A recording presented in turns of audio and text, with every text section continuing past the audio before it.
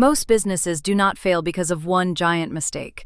They fail because of hundreds of small problems that never get improved. A delay here, a broken process there, an unnecessary approval, a confusing spreadsheet. Tiny inefficiencies slowly compound over time. This is the problem continuous improvement is designed to solve. Continuous improvement is the idea that processes should never stay static.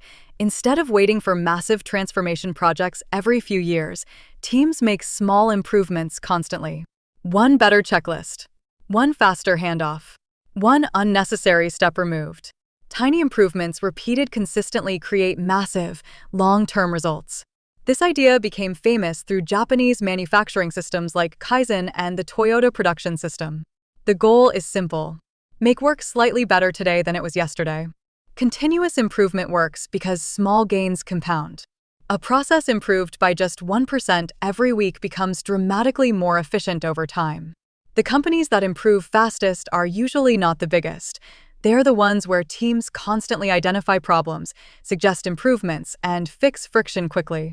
Continuous improvement is not about perfection. It is about building a culture where better never stops.